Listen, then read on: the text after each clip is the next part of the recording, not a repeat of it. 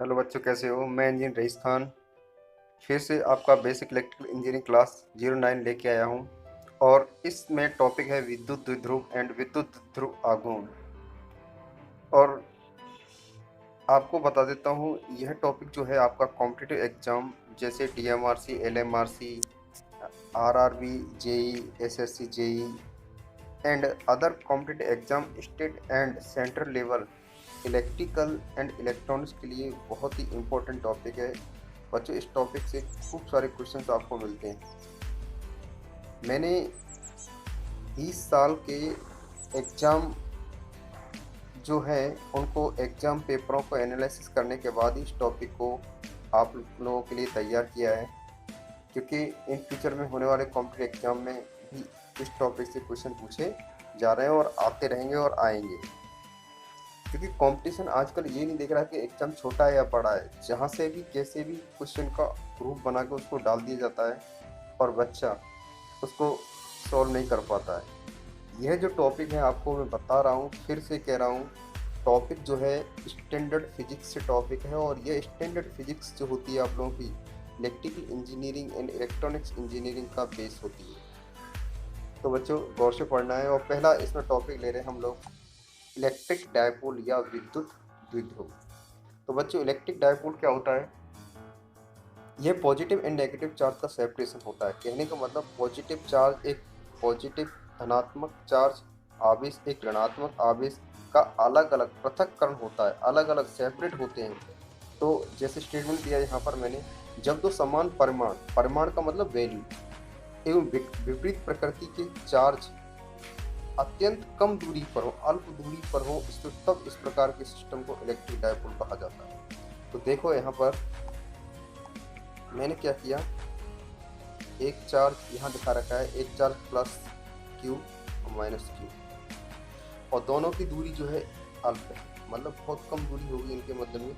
तो जो चार्ज है प्लस क्यू और माइनस क्यू, कहने का मतलब यहाँ चार्ज जैसे कि -5 ले लिए और यहाँ +5 ले लिए, तो दोनों की मान तो समान होंगे, लेकिन प्रकृति क्या होगी, एक की धनात्मक हो जाएगी तो एक की ऋणात्मक हो जाएगी, और उनकी दूरी क्या होगी, बहुत कम होगी। तो ऐसी सिस्टम जब बन जाता है तो उसको इलेक्ट्रिक डायपोल कहा जाता है। तो बच्चों, ध्यान रखना इस चीज़ को कि इलेक्ट्रिक डायपोल क्या होता है, तो भूलना नहीं है आपको बिल्कुल, और बड़े मजे के साथ में आपको इस चीज़ को समझ पा रहे होंगे। इसमें दोनों आवेशों के मध्य पॉइंट जीरो को इसका सेंटर और इन चार्जों -q, +q को मिलाने वाली लाइन को एक्सिस लाइन कहते हैं। यहाँ आप देख पा रहे हो, इसको मिलाने वाली लाइन को क्या कहेंगे अपन, एक्सिस लाइन, एक्सिस लाइन। और इसके सेंटर से एक्सिस लाइन की लंबवत रेखा को, सेंटर जो होता है, सेंटर क्या है यहाँ पर, जीरो जो दिखा रखा है, यहाँ से लंबवत रेखा को इसकी नृत्य रेखा कहते हैं। तो ध्यान रखना है बच्चों, नृत्य रेखा क्या होती है आपकी। नेक्स्ट, ये जो चीज़ें हैं आपको ध्यान रखने वाली बातें, बस सिर्फ नोट कर रखना है आपको। कई बार क्या है कि इसका एक्सप्रेशन डायरेक्ट फॉर्मूला आपके सामने दे दिया जाता है, कह दिया जाता है बताइए ये है विद्युत ध्रुव के अक्ष पर किसकी स्थिति को बता रही है। तो विद्युत ध्रुव पर अक्ष, विद्युत द्विध्रुव की अक्ष पर स्थित बिंदु पर विद्युत क्षेत्र की तीव्रता ज्ञात करने का फॉर्मूला। If a very very R, A का मतलब होता है यहाँ पर एक तरह से एरिया, और आर का मतलब होता है दूरी, मतलब दूरी बहुत ज़्यादा बढ़ जाती है तो विद्युत क्षेत्र की तीव्रता कितनी होती है। ऐसे ही विद्युत द्विध्रुव पर निरक्ष पर स्थित विद्युत क्षेत्र की तीव्रता क्या होगी। इस फॉर्मूला, दोनों फॉर्मूलाओं को ध्यान रखना है। नेक्स्ट, समरूप विद्युत क्षेत्र में स्थित विद्युत द्विध्रुव पर आघूर्ण, तो टॉ बराबर P E sine theta. P यहाँ पर है आप लोगों का इलेक्ट्रिक डायपोल मूवमेंट है, ई है यहाँ पर इलेक्ट्रिक फील्ड इंटेंसिटी है, और साइन थीटा एंगल होता है। विद्युत द्विध्रुव आघूर्ण, जिसको इलेक्ट्रिक डायपोल मूवमेंट के नाम से जाना जाता है। विद्युत द्विध्रुव आघूर्ण इलेक्ट्रिक डायपोल मूवमेंट क्या है देखते हैं इसमें। तो उससे पहले थोड़ा बच्चे ध्यान रखो, हमारे फ्यूचर टेक आई चैनल को आप सभी लाइक करें, सब्सक्राइब करें। और आपको हम बता देते हैं, हमारे एक वीडियो बनाने की जो मेहनत होती है, आपका एक लाइक व सब्सक्राइब ही होता है। तो बच्चों, चैनल को लाइक करें, सब्सक्राइब करें।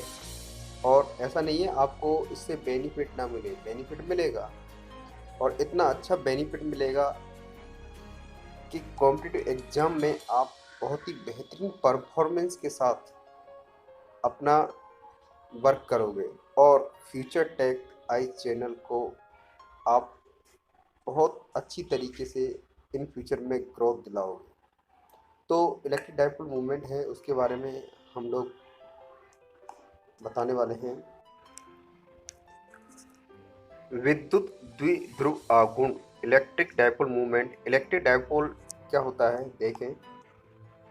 इलेक्ट्रिक डाइपोल के किसी एक चार्ज का परिमाण तथा उनके मध्य की दूरी के गुणनफल को विद्युत द्विआघूर्ण कहते हैं। इससे पहले हम लोगों ने द्विध्रुव आघूर्ण को पढ़ा था, और उसी द्विध्रुव आघूर्ण से रिलेटेड इसकी डेफिनेशन तैयार होती है। तो जैसे वो कह रहा है उसके अनुसार, या लाइन है उस लाइन के अनुसार, देखिए, इलेक्ट्रिक डाइपोल कि किसी एक चार्ज का परिणाम, तो जैसे कि चार्ज कितने थे वहाँ पर, एक तो प्लस क्यू और एक माइनस क्यू, तो चार्ज थे। चार्ज का परिमाण और उनकी मध्य की दूरी कितनी थी, 2a। दूरी के गुणनफल, तो कोई भी एक चार्ज ले लिया और दूरी कितनी ले ली, 2a, इन दोनों का क्या कर दिया, गुणनफल कर दिया। तो यहाँ देखें आप, तो इलेक्ट्रिक डाइपोल जो मूवमेंट है, आघूर्ण है, उसको परिभाषित करने का जो कार्य करने वाला इक्वेशन P वेक्टर बराबर 2a वेक्टर q। तो इस लाइन को यहाँ इस फॉर्मूला से या इसके माध्यम से समझाया जा सकता है। विद्युत द्विध्रुव आघूर्ण जो होता है, इसको P वेक्टर से रिप्रेजेंट करते हैं। इसकी इकाई कूलम मीटर होती है। इसका विमा होती है m0 L1 T1 A1 होती है। यह एक सदिश राशि होती है। तो यहाँ मैंने दिखाया कि इस लाइन के अंदर यदि आवेशों के मध्य दूरी 2a जिसकी दिशा माइनस क्यू से प्लस क्यू की ओर हो, तब तो यहाँ पर ये फॉर्मूला बनता है। तो बच्चों ध्यान रखना, इलेक्ट्रिक डाइपोल मूवमेंट्स में पूछा क्या जा चुका है। इस इलेक्ट्रिक डाइपोल मूवमेंट में से पूछा जो गया है वो मैं आपको बता देता हूँ। एक तो पूछा है कि विद्युत द्विध्रुव आघूर्ण जो होता है कैसी राशि है। आपको ध्यान रखना, this is a scalar, this is a vector quantity. तो एक क्वेश्चन यहाँ से कई बार पूछा जा चुका है, विद्युत द्विध्रुव आघूर्ण जो होता है इसकी इकाई क्या होती है, ये पूछा जा चुका है बच्चों। तो ध्यान रखना है आप लोगों को। नेक्स्ट क्वेश्चन जो पूछा गया है, इसके आपका जो है न्यूमेरिकल बेस पूछा गया है कि यदि एक चार्ज का परिणाम 5 कूलम और उनके मध्य की दूरी 2 mm है, तो बताइए विद्युत द्विध्रुव आघूर्ण कितना होगा। तो कहने मतलब इस पर क्वेश्चन आपका पूछा जा चुका है। नेक्स्ट क्वेश्चन ये पूछा जा चुका है कि इसकी विमा क्या होती है। तो इसमें से क्वेश्चन आपके बनते हैं, और इन दोनों टॉपिकों के बेस पर मैं आगे MCQ मल्टी चॉइस बच्चों, ये MCQ क्वेश्चन जो मैंने लिए हैं आपको बता देता हूँ। ये क्वेश्चन मेरा पिछला एक वीडियो बनाया था, उस वीडियो में एक बच्चे ने मुझसे कमेंट्स करके पूछा है कि सर इसका आंसर क्या होगा। तो इस टॉपिक संबंधी हमको जानकारी दे, और लेकिन मैं इस टॉपिक को लेने वाला था।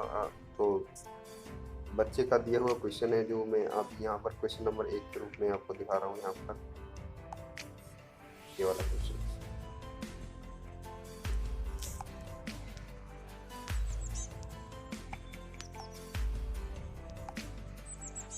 5 कूलम आवेश के तो बराबर विपरीत आवेश के बीच की दूरी 5 सेंटीमीटर, इसका विद्युत द्विध्रुव आघूर्ण कितना होगा। तो 4 ऑप्शन दे रखे हैं, A, B, C और D। देखो क्या होगा, जैसा कह रहा है उसके अकॉर्डिंग हम लोगों को वर्क करना है। तो -2 आवेश है, और लेकिन कैसे हैं, विपरीत प्रकृति है, -5 और +5, और इनकी दूरी 5 सेंटीमीटर। आपको पता है कि जो इलेक्ट्रिक डाइपोल है उसमें दूरी को हमेशा मीटर में लिया जाता है। तो देखें सभी, अकॉर्डिंग टू क्वेश्चन के बराबर, क्वेश्चन के अनुसार जो कहा जा रहा है वो डाटा मैंने यहाँ लिख लीजिए। क्वेश्चन पूछ रहा है कि भाई P सदिश या P वेक्टर की वैल्यू या विद्युत द्विध्रुव आघूर्ण की वैल्यू क्या होगी। फॉर्मूला था P वेक्टर बराबर 2a वेक्टर Q। तो उसके अनुसार मैंने यहाँ पर वैल्यू रख दी 5 × 10⁻² मीटर।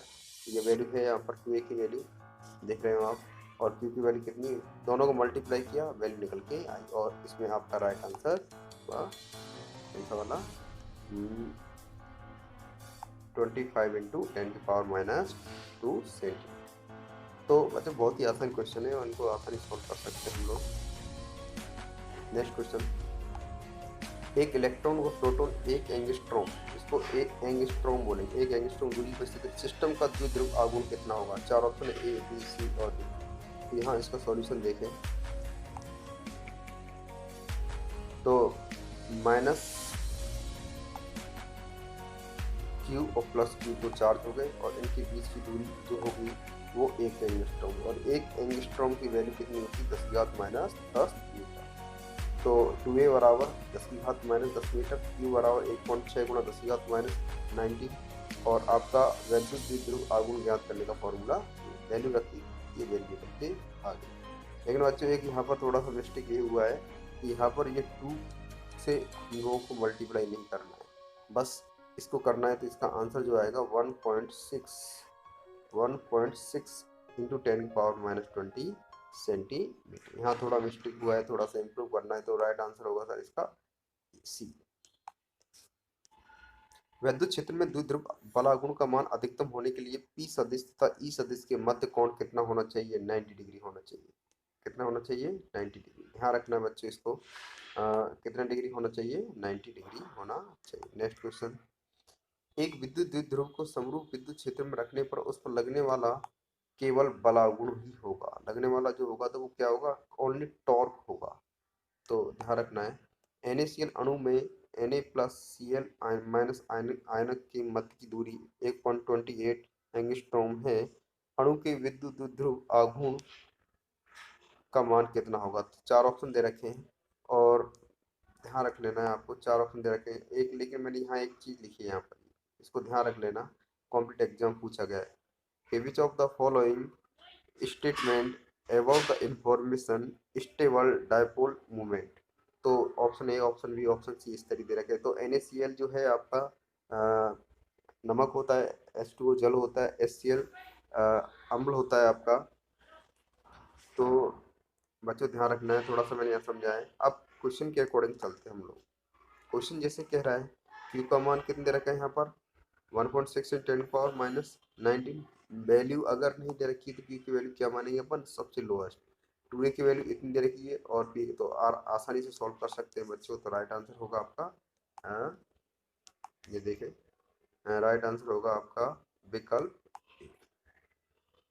तो लगभग सभी क्वेश्चन एक जैसे हैं बच्चों, आसानी से सॉल्व कर सकते हैं। और ये क्वेश्चन है आपका जो अभी क्वेश्चन नंबर 6 देखा जा रहा है। ये क्वेश्चन इंपॉर्टेंट क्वेश्चन है और थोड़ा सा इसको अच्छी तरीके से करना है। इस क्वेश्चन में भी यहाँ माइनर प्रॉब्लम हो रही है, हो चुकी है, थोड़ा सा ध्यान रखना है। 0.1000 किलो, तो इसको थोड़ा यहाँ से 0.100 कूलम करना है।